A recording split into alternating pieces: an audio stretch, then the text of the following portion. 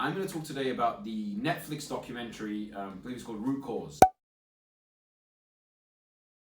I will confess I had to turn it off after a little while. What I love about something like that is that it has generated topics of interest, and I think that's really important because, you know what, I want my patients to ask me questions. I want people to question the status quo, because in the end that helps us inform you and give you the best possible treatment.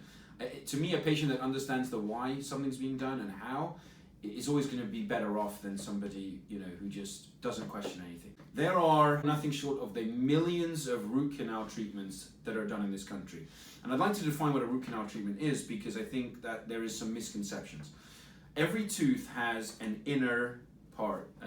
Think of it as a canal just running through the tooth. And normally in a healthy tooth, that has the blood supply and the nerve that's in there.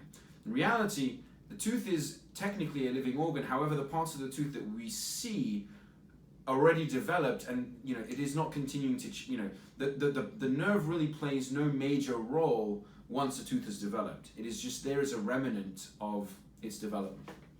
And so what happens is when the cavity gets big enough or a crack gets big enough, it gets into where in the guts or the inside of the tooth, the bacteria gets in there, and then that can lead to pain and inflammation, and eventually lead to infection, and can lead to loss of the tooth. And when the infection drains to the bone, that infection, if left there, is going to go into your body. And that is the reason that root canal treatment exists. Because the alternative to a root canal treatment, if you don't do the root canal treatment, the only alternative is to take the tooth out. And so we look at root canal treatment in a positive light, in a way that this is actually a way for us to save your tooth. Otherwise, you're taking the tooth out. And so, to me, part of the problem with the root cause and then the documentary is it advocated taking out a link that really hasn't been scientifically proven. And as a dentist, as a man of science, my training and everything I've been taught has been through the scientific mediums. We practice what we call evidence-based dentistry or evidence-based medicine.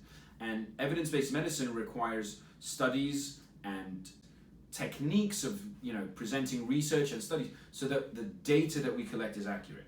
And that is what we base what we do on. And that does not mean I am not open to my patients' different belief systems, my patients' different desires for how they want to be treated. And I think it's very important that comes across, because ultimately I believe in something called autonomy, and autonomy is the patient's right to choose their treatment. And we will 100% respect that. But what I'm not going to do is I'm not going to tell people that this is something that can cause all these ailments, when really there has not been any scientific data for me to base that upon. Does it mean it happens or not? I don't think anybody really knows the answer to that. I'm not going to disprove something that I haven't done the research on, but according to our scientific current data, there has been no links with any adverse ailments or effects of root canal treatment. In fact, there have been people that have died because they didn't get a root canal treatment done. We've all heard of the 5-year-old boy that died not long ago because he had an abscess. To me, the part of the problem with Netflix, doing something like this, is that it created a little bit of havoc, but I think it has been since addressed. And I think there's been some calls from the American Dental Association and the American Academy of Endodontists to actually have that removed. And I'm not sure if it has been or not, and it may well have been removed, because I think there was quite a big public outcry afterwards. So root canal treatment is, in my office, is safe.